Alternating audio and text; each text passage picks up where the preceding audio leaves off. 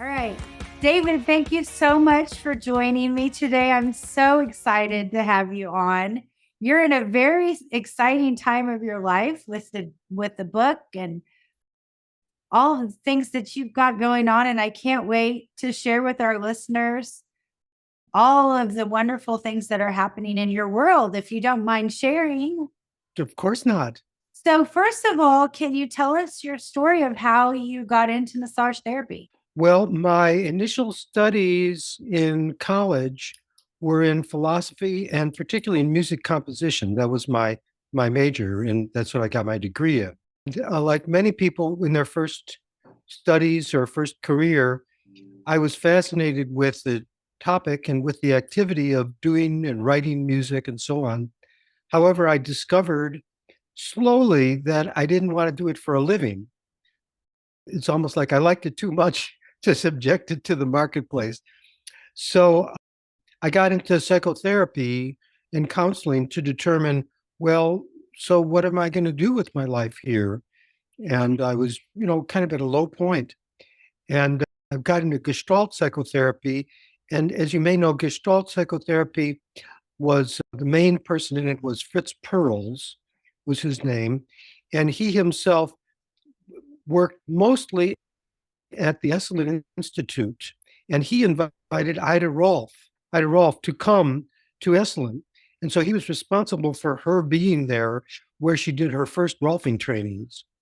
And so my Gestalt psychotherapist recommended that I get massage, that I get Rolfing, because I'd had a pretty intellectual education, but it's like my emotions and my body had lagged a bit behind my mind, which was in philosophy and abstract compositional ideas.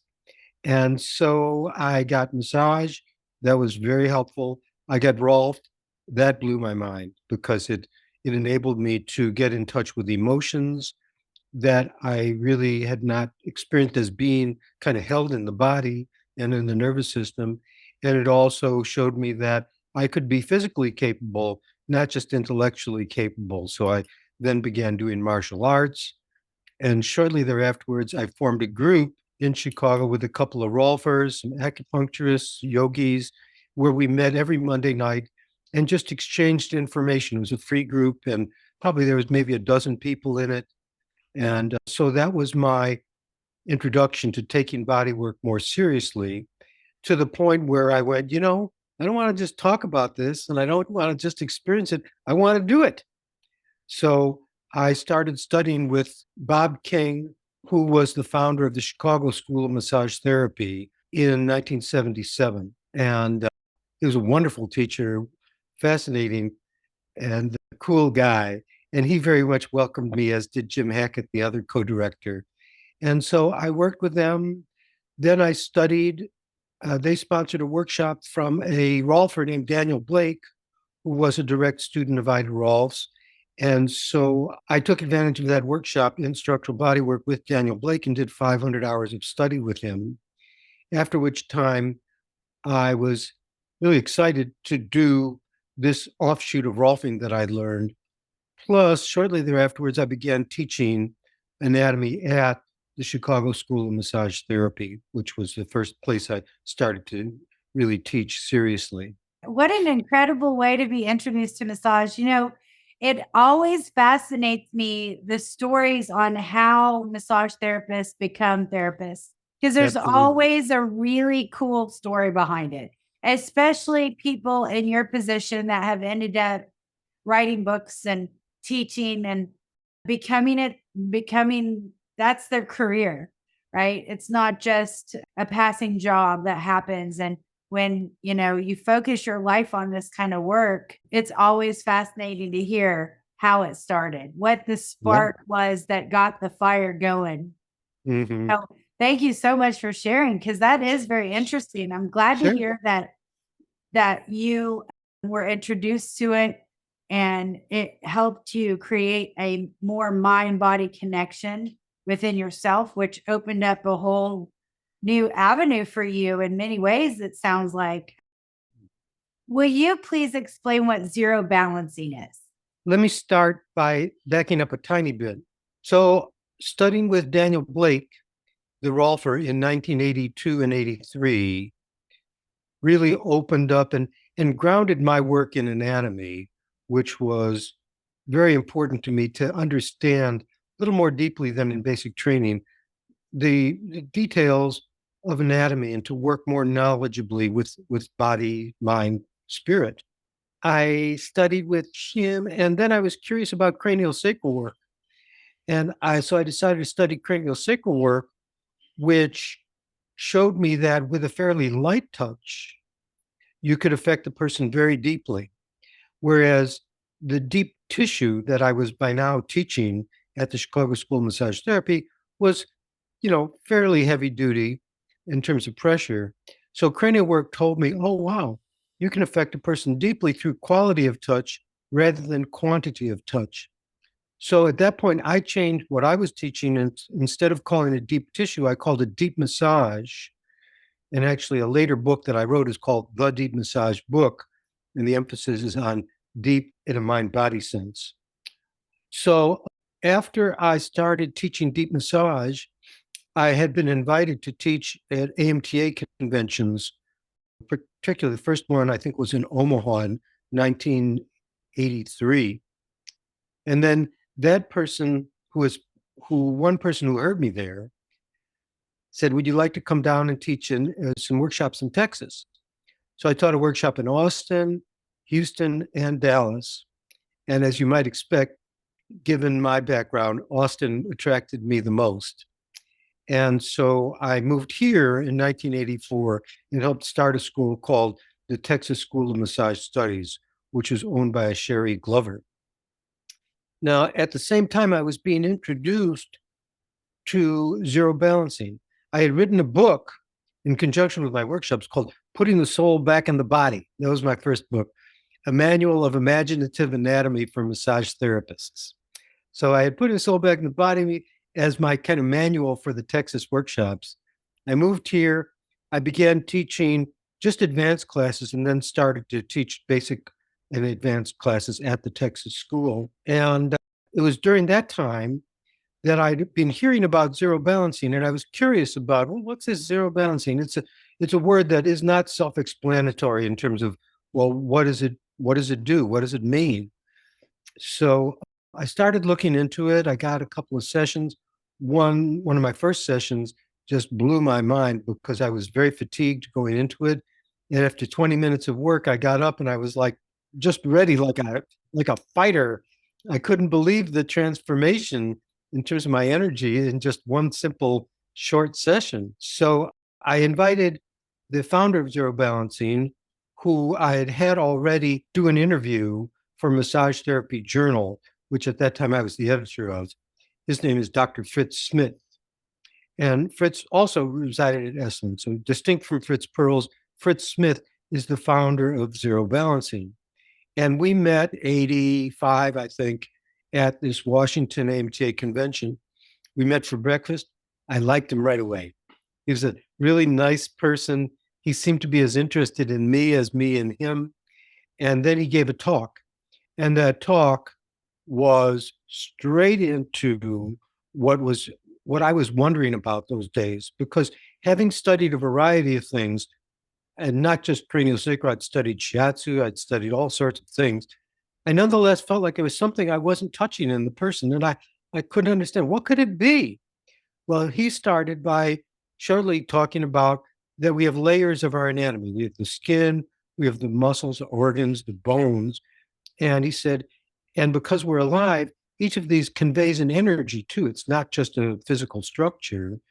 And the skin conveys a very different energy than the bones, for instance. The skin is our surface tension, and it has the function of kind of being an insulatory, protective layer. And then deeper than that is the voluntary layer that we can work with our muscles and they help sustain us, as do our organs. And then he said, and the deepest layer of energy is flowing through your bones. And that's what zero balancing works with, is the energy and the structure in your bones. And I was like, oh my God, I literally felt a light bulb light up over my head. And I thought, that's it. That's what I've not been touching. I've not been touching the bones with the same quality of mindfulness compassion, attention as I was approaching the soft tissue. So then I decided to, start studying zero balancing, which I started studying in 86, now almost 40 years ago. And so zero balancing, it worked with the energy and the structure of the skeletal system. To me, we are musculoskeletal therapists as massage therapists, body workers, chiropractors, whatever. We're musculoskeletal therapists, and most therapists do not know the skeletal aspect of their work. They know the muscular aspect. That's what's emphasized in massage school, certainly. But that's only half of the issue. There's a skeletal system. Of course, underlying all that is energy, aka nervous system. Zero balancing was my window into the skeletal system, and it has continued along with my deep massage teaching as the main thing that I teach. Deep massage, correlating ideas from my own and zero balancing to soft tissue, whereas zero balancing aiming more precisely at the skeletal system. So let me ask you this question. We often hear massage therapists call themselves soft tissue workers. Right. And bones are not soft tissue. So it depends on your definition of soft. That's true. Bones are 30% water, and bones are surrounded by periosteum, which is soft tissue, and bones are connected through ligaments, which are soft tissue. So you can't, in a way, be addressing the body, even though you're not thinking periosteum or ligament, you're always going to be engaging them. And so I would contend that it's not as distinct from soft tissue as sometimes people think. Well, and it was kind of a trick question because our bodies are one unit and you can't separate the nervous system and the bones and this. I mean, you could, but somebody's got to be dead to do it. That's right. And that's definitely contraindicated for our clients. Yes. Yes, it is.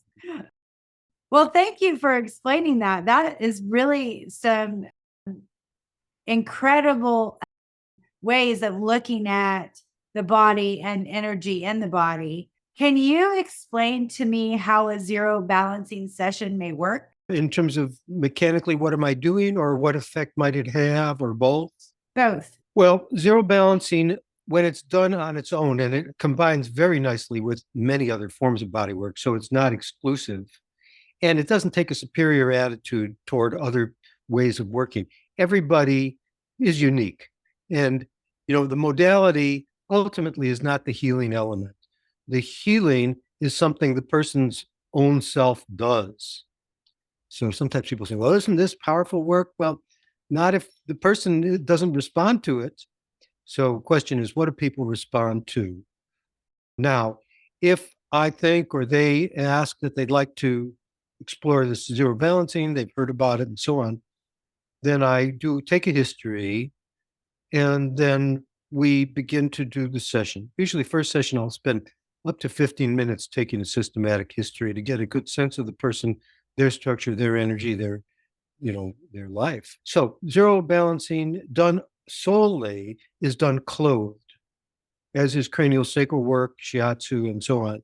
So people can keep and should basically keep all their clothes on for a pure zero balancing. They start seated, and the first thing I do is evaluate the movement of their shoulder girdle and then the level of tension that's being held in the trapezius and the ribs underlying that. Then I go down and explore the sacrum and have the person lean to the right and the left and feel for any particular tension that's in the sacrum or sacroiliac joint. So that's a seated evaluation. Then we have the person lie down, and zero balancing is almost always done in just supine, face up position, as is, for instance, cranial work, a lot of shiatsu, and so on. And so they're lying down. And then the first thing I do is I go to the feet and do a kind of a gentle traction through the feet, feeling for how the energy travels through their whole system. Then I come up to the so-called dorsal hinge, which is around ribs 10, 11, 12, and I feel for tension there in those really lower ribs and off the tips of the lumbar transverse processes. and then I go to the sacral. So there's a number of passes we do through the lower rib cage, lumbars, and sacrum. Then we go to the hip and do a very kind of sophisticated, gentle traction through the hip that engages and facilitates the energy flow to now move through the back and the hip and into the legs. Then we go to the feet and evaluate the movement of the feet, kind of mimicking what happens to the bones there when the person walks and how free those bones and ankles are. So that constitutes a lower body work. Then we go to the head of the table, check in with the person, see how it's going. And then we begin where we left off. We dealt with ribs 10 through 12. Now I'm going to feel for the level of tension that may be held in ribs 9 through 1. And that I'm going to do a couple of times. Each time I go through, I add a little bit more pressure into the places where I feel there is some tension. Then we go to the neck and evaluate the neck with 6 different movements, very sophisticated evaluation of the neck in ZB, which really gives us a much better window on what's going on there, since people are not only preoccupied with back, shoulders, but also neck usually. So then we do a certain number of moves. In zero balancing, we don't call what we're doing techniques, we call them fulcrums. So we do a number of neck fulcrums until we feel like there's been greater freedom. And the person often will report that, oh my God, I feel like I'm feeling like I'm, 7 feet long now by the decompression that's taken place through their whole system. Then we evaluate and work with the trapezius, work with the back of the scapula, with the back of the shoulder joint, and then we go to the arms and facilitate flow through the humerus, radius, ulna, wrist bones, and hands. And so we do these so-called fulcrums through the arms. Then we come back and commonly may go back a little bit to a little more rib cage or rib or neck work. And then we check in with the person again. How are you feeling? I would like this session to feel really complete for you. Is there any place where you'd like a little more attention? So that gives them a chance to really, say what's going on with them. And, they'll say, well, I feel something in my hip or in my ankle, or because I want them to go away going, I can't imagine anything more. He touched on everything. And I feel like, renewed, or Right. whatever else they feel. There can be many, many different therapeutic responses. And so then we have a person stand up, walk around a little bit so that they feel in their movement what's changed, what's shifted, and they report a little on it. We chat about it for a few moments. And then they usually come back. And most commonly, I'll see a person 3 times within the scope of about 6 weeks, depending on what's going on with them. Then at the end of 3 sessions, we reevaluate. And commonly, I'll have people come once a month, sometimes for the rest of their life, if they feel like it. It's just like exercise, it's a Yeah. toning of one's structure and energy. But it all depends on the person. And in these fulcrums, are you palpating? Yeah. Yeah. One thing that characterizes zero balancing is that we always evaluate an area before we put in a fulcrum. So, and the evaluations are not just diagnostic in the narrow sense. What we realize is that when we palpate with integrity, anatomical knowledge, and care, then you're giving the person information about themselves. So it's not just I'm getting information, I'm giving information. So one could do a whole session of nothing but evaluations, and the person would go, wow, I feel fantastic, because there's body mind learning when you bring the person's attention into the various parts of themselves and into the energy flows through them. So there is definitely evaluation. And then, of course, on the basis of each of those evaluations, then we apply fulcrums as called for. And sometimes we'll repeat them. The view is better to do a few more repetitions rather than hold something for a long, long time. We want the person to be wanting more rather than wanting less. Yeah. Yeah. That makes Does sense. that answer your question? Yeah, absolutely. I love it. What are the contraindications, or are there any? Well, there's contraindications to massage, and they're pretty much the same for zero balancing. If the person has any serious illness, we would question whether we should do a session, needless to say. If they have osteoporosis, if they have a history of dislocation, things that have to do a little bit more with the skeletal system, that would concern us. But basically, your average list of contraindications for massage is pretty much the same as for zero balancing. Okay, cool. Mhm. Well, so talk to us about the newest book that you got out. Oh, yeah. Well, fun story. So I mentioned Putting the Soul Back in the Body, my first book. Well, about 3 years ago, someone who'd studied with me and who is a colleague named Jeff Rockwell, who's a chiropractor, who also has studied Canadian osteopathy. He's studied zero balancing. He's studied variants of Rolfing like me. We've struck up a good collegial friendship. He called me up and he said, I want to write a book with you. And I was like, really? I said, like what kind of book? He said, well, I want it to be like you're putting the soul back in the body, which, as I told you, focused on the muscles. That what that did was it focused on each muscle in the body, each major muscle. And I wrote about a page or two of my reflections, both imaginative and clinical, about those muscles. So Jeff said, I want to do it about the bones. And I said, well, that's interesting. And I didn't know him as a writer. So I said, well, why don't you send me a sample of your writing so I get a sense of that? So he sent me his ideas about the sternum.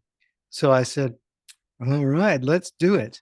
And I also had thought of a book that I love by a author named John Berger, who's a novelist, art critic, brilliant, brilliant guy, one of my heroes. And this book was called I Send You This Cadmium Red. And it was an exchange between him and an artist friend of his going into, each of them would write about a certain color. So Berger would write, okay, here's my understandings and things that I think about when I think about indigo. Then his friend John would say, well, indigo reminds me of this. And he'd like draw a picture, a colored picture, whatever. So there's this great book of dialogue about colors. So I said, let's do, if you're up for it, a dialogue about the bones. And each of us write our hit of the talus and the calcaneus, or the patella, or the femur, or the ribs, and so on. So he said, yeah, that's great. So that's what we did. We started by exchanging letters, emails back and forth. Also, we had a lot of wild illustrations that didn't necessarily find their way into the book, which we downloaded, pirated from the web. But anyhow, we exchanged these letters. And after a while, we came close to covering all the bones in the body, and it occurred to us, well, maybe somebody would like to publish this. It's an unusual format and fairly far out as far as the way in which we're looking at bones, as well as being clinically, based. And so we approached the publisher right away. They said, yeah, let's do it. It's a wonderful publisher called Singing Dragon, who has published a lot of body work, acupuncture, yoga books, very highly respected, beautiful publisher.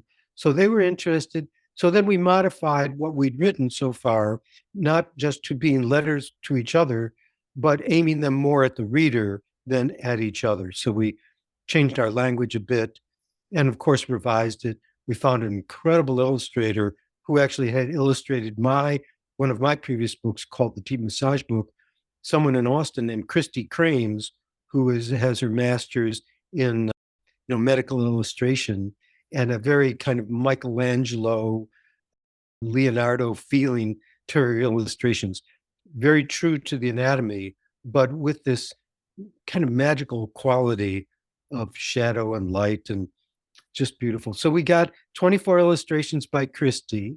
We got the book written. We had it edited by a number of friends and well as Handstring Publishing. And here we are. It's just come out. Its title is The Memory Palace of Bones. And the subtitle is Exploring Embodiment Through the Skeletal System.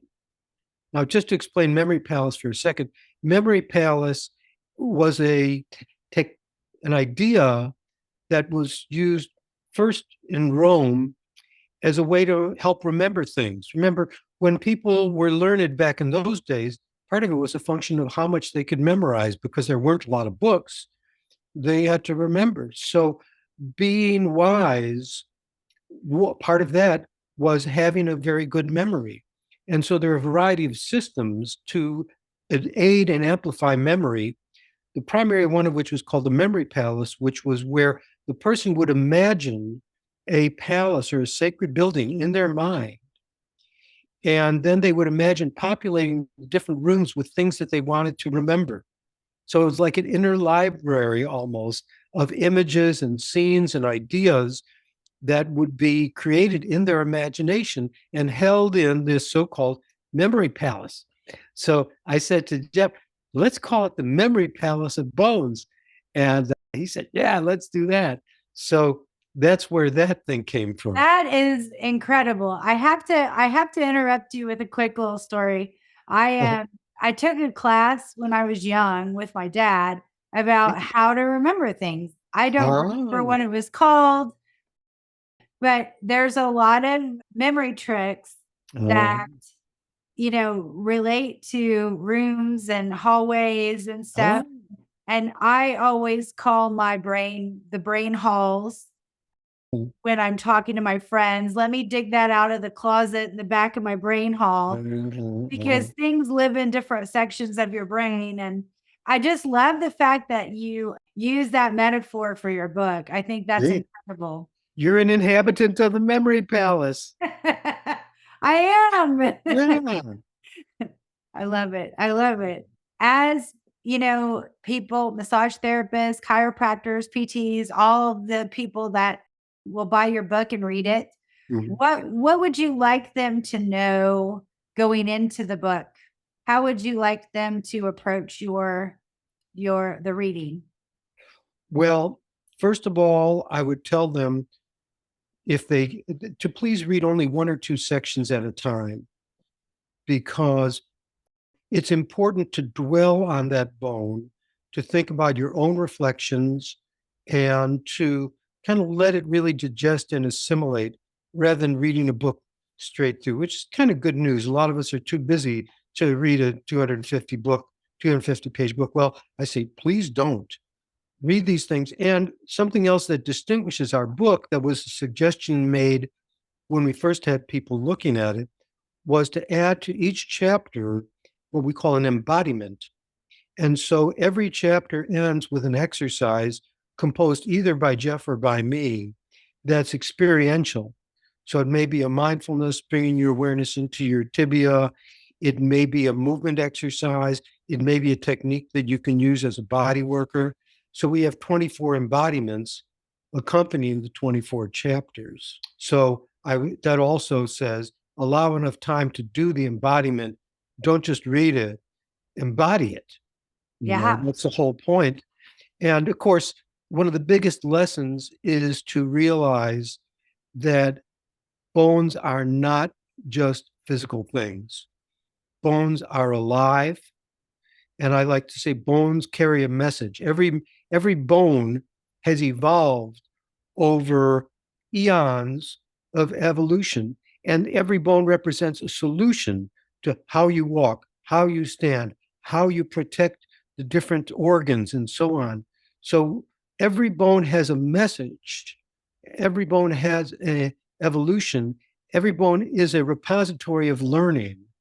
And so, in order to really appreciate that fact, you need to meditate on that bone and get in touch with the aliveness of it. And another thing to mention about that is that it turns out that whereas the mind is distributed through the nervous system and so on, the bones, when we say, I just know that in my bones, we take that as being not just a metaphor. We take that as being literally true and saying the deepest knowledge that is in us is in our bones. So bones are a repository in Chinese medicine. They say the flow of energy through the bones is the ancestral chi. It's not your personal chi, it's the ancestral chi. And that goes along with our idea of, these evolved, learned structures within us. So getting in touch with the bones is also a way to get in touch with your spirit, the part of you that lies deeper than your personality, this kind of more the source energy, which is another way that Chinese medicine talks about ancestral qi. It's your source. We don't get our lives from ourselves. We get our lives along the tree of life. And that's not just a figure of speech, that's a genetic tree that we are all part of, each of us being an articulation or a note in that Yeah. symphony of life that we're all connected through. I hope it's not too far out, but you No, know, that's I love it. I mean, you were talking about, really marinating in your book and yeah, taking each bone in and it made me think of like a good Texas barbecue. You're in Austin and I'm in Dallas. yeah, So, I mean, when you have a good barbecue, it might take hours to marinate or maybe even days to yeah, really, and some steaks are aged years. I yeah, mean, and to really yeah, like really take time to taste the right information yeah. under your tongue and work a few days on with your clients and Mm, think about what those few pages have taught you and then right. go back and read a couple more pages and Yeah, for yeah, sure. Because every chapter should illuminate your work, especially the person doing zero balancing, but in general, that you think to yourself, oh, I'm really going to appreciate the tibia and all it does. Today, I'm going to pay particular attention to the tibia and the muscles which are surrounding it, of course. yeah, yeah. The epigraph for the book is a cool one. I'm going to read it to you because it Oh, relates that would be a lot. fantastic. This is from Franz Kafka, of course, the incredible novelist.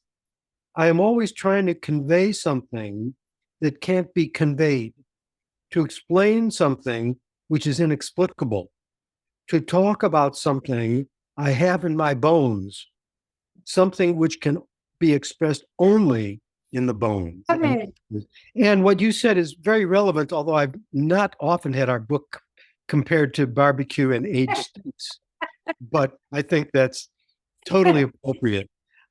And that's to say that we live in a society where people will move pretty quickly through from one thing to another, and not take the time to savor their life, to savor the food they're eating, to savor the breath, to really appreciate and give us a time to just, look at a flower. Don't just go, oh, there's a blue on it. You know, get into it. As a body worker, of course, we get a whole hour, which is precious because the average medical professional spends not more than 5 minutes with a patient. yeah. He has 60 minutes. We get to savor that, the who that person is. And that in itself is a tremendous gift, to give the gift of time and attention and mindfulness as we do in zero balancing. We work, interesting enough, I exchanged with my original Rolfer just yesterday, a conversation, because I was talking about observation skills and the fact that Ida Rolf and other great people had incredible observation skills to see posture and see response. And he said, yes, but you know what Ida had even more? And he was also with my teacher, Daniel Blake. He was an original student of Ida Rolf. He said, she got permission. And he said, that's what distinguished her work even more so, was to get the permission from the person on the table, largely through the clarity and the intention and the knowledge that was in her touch. And I thought that was a very beautiful point. And in Zero Balancing, we also talk about that, where at NT Massage, the person is the one doing the letting go. I'm not letting go of their tension. They have to do the letting go. And that means they have to give me permission to touch them on a level that I can help facilitate their own letting go. So that was, I think, an important point that he brought up, getting permission with quality and knowledge of touch. I absolutely agree. One thing that in my practice that I like to talk to my clients about is, I'm helping facilitate your healing process, but I'm not the only one working here. I need not only your permission for you to relax, but I need you to relax. Right. I need you to actively participate in your massage process and your healing Yeah. process. And I think that's a really good point because a lot of us, we go to work, we do our massages, we come home, but I think that there's a deeper connection that we can make with our clients. And it's a collaborative effort between the two, therapist and client. It's a dance, it's a work of art. And you have to communicate with your client. I often find myself communicating throughout the entire massage, but not everybody does that. And that's completely, everybody has their own way and methods of doing things, right? Well, studies say that 93% of communication is nonverbal, Yeah.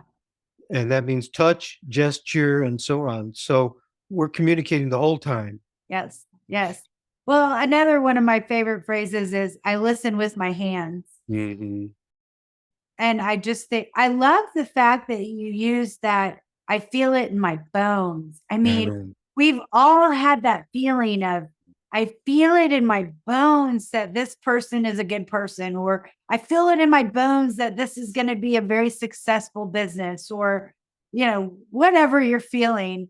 I just think that's an important thing to like a very non-visceral. I mean, it's very abstract kind of a concept to think about. Yeah, and of course it's deeper than visceral because viscera is the guts and the enteric nervous system, but we're talking about the proposition that there's a subjective sense of ultimacy that's reserved for the bones.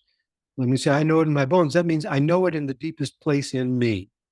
So the deepest place in you is your bones. And if you really focus on bones, what you start to see is that you start to let go of that imagery of them being as hard, non living things. And you start to see, oh, this is just my depths that Yeah. we're talking about. Because experientially, we don't, if you look into your body, you don't experience hardness in your bones. What you experience is, okay, this is the depth of me. It's quite different when people start to relate to the actual experience of bones from the inside and the experience of the energy that's in the bones that that we have all the time that we're not often drawn to. And of course, that's what zero balancing does. That's fabulous. I love your work. I'm so thrilled that you took the time to explain this zero balancing in your book, and the history of how you got here. You've had a long career in this business, and we want to glean as much information as possible from you as we have new massage therapists coming into the business, and as we develop as a human society, we have new problems that come in. I mean, sure, it's changed a lot since the 70s. We're now at the computer a lot with the forward Mm. shoulder movement and forward head tilt. It's a lot more prevalent now than it was back when you started in massage school, I'm sure. Yeah. Interesting to work with people. So often they're relieved, whether they're studying deep massage with me or zero balancing, they're so relieved to know that they don't have to wipe themselves out by efforting to to overcome the resistance of their client. Mhm. Because when you approach them with that knowledge and care and so on, and the information that okay, this is a collaboration, then it changes the therapeutic relationship. Interesting enough, a study was done saying which modality is most powerful, and what they concluded was not one or the other was most powerful. The only genuine predictor of therapeutic outcomes was the quality of the therapeutic relationship, not the modality, but the quality of the relationship between the practitioner and their client. And so that's what we're obliged to cultivate. And speaking of which, like I say, students are relieved to hear this, and I'm still teaching at our school. Of course, I'm teaching a certification program in zero balancing this year, the first intensive certification program that's ever been offered in the world. I'm teaching in Costa Rica, deep massage. I think it's a 10-day intensive in deep massage. I'm going to be teaching in Bristol, England. I've been teaching in England for over 20 years, and at the Bristol College of Massage Therapy, at the Downey School of Massage in Maine, run by Nancy Dale, an old friend. So I'm still actively putting it out there. I'm teaching the 4 classes in Austin this year: Zero Okay. Balancing 1, 2, Alchemy of Touch, and Geometry of Healing. After people do those 4, they then will qualify to be certified as practitioners of zero balancing. So, as well as, more importantly, wanting the students to put it out there in their work, because that multiplies vastly how many people get this quality of attention and touch. You know what I mean? Oh, that's awesome. Uh-huh. And we'll get all of the links that you need Ah, so that people can click and sign up for classes that are sure. upcoming.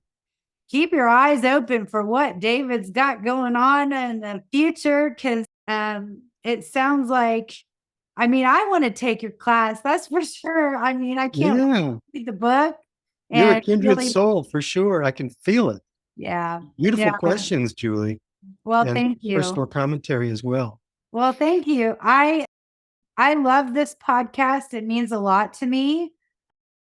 I just feel like I I I want to share with the massage community the passion that I have for our industry. And I know many of us are out there that have a lot of love and passion for this healing modality that we call massage therapy. And I just am so grateful for you and the leaders in our industry that help pave the way to let us learn more and think about things like the bones that we might not, as massage therapists, think about on a Mhm. regular basis. So I As think it's, people.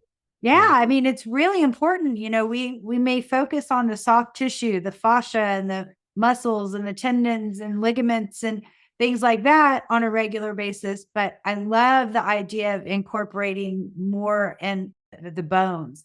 I've taken some orthopedic massage classes where you manipulate the bones to work on the joint muscles, for instance, but you only think of it as a lever, Mhm. rather Right. than an entity that actually is living and breathing just like the muscle tissue. Exactly. How exciting. What a great way to introduce bones to massage therapists. Yeah. And I say about my book, I say, this is a really great book, especially for people who have bones. Yes. I Now, it saw so that my happens that that's a vast number of people. It really is, unless you're a big blob of nothing. That's right. In which case, all the fascia in the world won't do you that much good. That's right. Okay, well, good. Is there anything else, any nuggets of wonderful knowledge that you'd like to share with my audience before we go? Well, I have a newsletter that comes out once a month. You can create links to that. And I have 5 books. I have Putting Soul Back in the Body. I have a collection online that's an online CE called The Art of Massage. The Art of Massage. I have a biography of Fritz Smith called Life in the Bones, a biography of Dr. Fritz Smith and Zero Balancing. And I've got my deep massage book. Subtitle is How to Combine Structure and Energy in Body Work. And then this latest one. So 5 books. I'm excited about it. Yeah, you're in And the 5 book club. I'm That's telling you, amazing. it's kind of fascinating. And I'm studying writing myself in addition to all these things that I'm doing. I'm fascinated with trying to how you can put it into words and communicate it best to people, whether you're teaching or writing an essay or a book or whatever. It's like we said, this is communication, some of which is verbal, a great deal of which is nonverbal as well when we're doing body. So Absolutely. anyway, that's some other thoughts. I do want to reiterate something that you said earlier. The most successful massage therapy sessions are between people, the massage therapist and the client, who have the best relationship. Right. The only predictor of positive therapeutic outcomes is the quality of the therapeutic relationship. And that really takes us out of, the partly the illusion that just knowing anatomy or just approaching people orthopedically is enough, because you've got to have that therapeutic relationship. That's the bottom line of not only of massage therapy, but of course of psychotherapy, etc. So, and the good news is it's a healthier way for the therapist to live, to know that their success is tied to the nourishing aspects of their therapeutic relationship. That way, it's not all up to you. And these relationships, as I say, are a source of nourishment for both people. Mhm. Therefore, you're able to have greater longevity as a therapist. Whereas if you're just solely trying to, like I said, search and destroy people's tension, and a lot of clients kind of expect you to do that, then you need to, as you've been doing, Julie, and I too, as educate them that it's the relationship. I don't need to say to them, let's have a good relationship. But by treating them well, by really knowing anatomy, by touching with a great deal of clarity, then that therapeutic relationship is a result. Rolfers call themselves somatic educators. That's another way to look at that. And how do we embody, and the fascination of how do you really create the optimum therapeutic relationship? It's a fascinating question. It is. And I mean, we've covered this subject in almost every one of my episodes. I talk about the trust component between the client and the therapist, and how important it is to immediately establish trust between you and your client in both directions, not just one direction, but in both directions. You have to be able to trust them just as much as they can trust you, and vice versa. Yeah. Because it's not going to work out in therapy if you don't trust them and if they don't trust you, because they'll tense up if they don't trust you. And if you don't trust them, you're not going to be able to do your best work on them, because you might be afraid of something. Yeah, you have got to be wholehearted. Yeah. Yeah. And I think most therapists are in this to help other people. We're not millionaires, most of us. I'm not a millionaire. And I know I'm in it because I want to truly help people. And I think most of us are. And as we go through our career, we have to remember that we are in this to help other people. Be kind, be kind to yourself, be kind to other people on a regular basis as you work on people, because life is hard. We've got a lot of things we have to deal with out in the big world, and nobody's excluded from that. So it's just refreshing to come into a massage session and be able to find a good connection with your therapist.